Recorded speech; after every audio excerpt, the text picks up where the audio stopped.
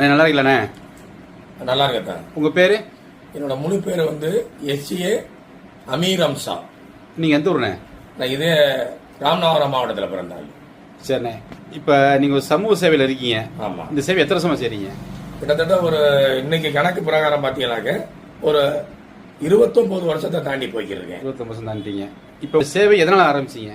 இந்த சேவை வந்து எதனால ஒரு ஆரம்பிச்சுன்னு கேட்குறீங்க. ஆமா, நல்ல கேள்வியை கேட்டிருக்கீங்க. இப்போ பார்த்தீங்கன்னா அரசு மருத்துவமனை இல்ல இறந்த உடல்களை வந்து குப்பை வண்டியில முதல்ல ஏத்திட்டு போவாங்க. சரி. அப்ப நான் ஸ்கூல்ல படிச்சுக்கிட்டு இருந்தேன். எனக்கு ஒரு 15 வயசு இருக்கும். அப்ப பாத்தீங்கன்னா அந்த பெரிய ஆஸ்பத்திரி எப்படி போனேன்னு கேட்டீங்கன்னாக்க இப்ப உள்ள தர்பார் ஹோட்டல் தான் நம்ம ஹோட்டலு. அதுல எங்க அத்தா வந்து வேலை பார்த்துக்கிட்டு இருந்தாங்க. சரி. அப்ப அங்கிட்டு போகும்போது ஹாஸ்பிட்டல்ல பார்க்கும்போது ஆக்சிடென்ட் எல்லாம் பார்த்து பார்த்து பார்த்து பார்த்து அப்படியே சகலமா அப்படியே பழகிட்டேன்.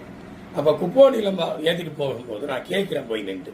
குப்போண்டி இந்த கரெக்டா தெரியுமா உங்களுக்கு? குப்போண்டி தான். அப்ப குப்பை வண்டியில பாத்தீங்கன்னா ஒரு பாடி 2 பாடி 3 பாடியை பாத்தீங்கன்னாக்க ஒரே ஒரு நாயை ஏத்துற மாதிரி ஏத்திட்டு போனாங்க.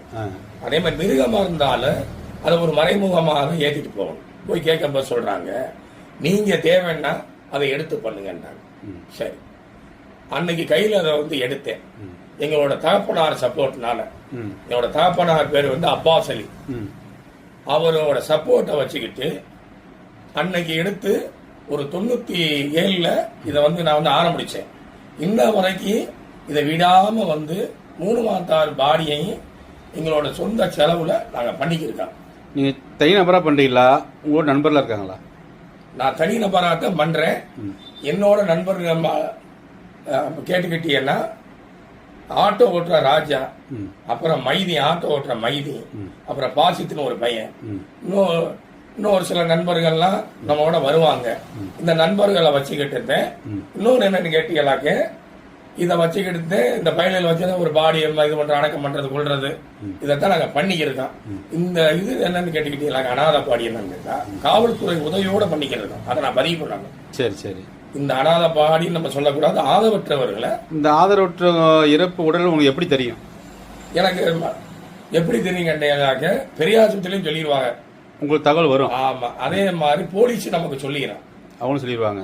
ரோட்டு ஓரங்கள்ல இறந்து போய் கிடக்கிறவங்க, கருவ ஓரம், அதே மாதிரி ஊர் நிக்கிறேன், இந்த மாதிரி நின்ற ஒரே ஒரு 40 நாள் 50 நாள் சென்ற பாடி, இல்லைன்னா ஒரு வாரம் சென்ற பாடி, அதே மாதிரி நம்ம ட்ரெயின்ல உழுவுறதுக்குள்ள எல்லா போலீஸ் எனக்கு இதை அடிச்சிருவாங்க. எந்த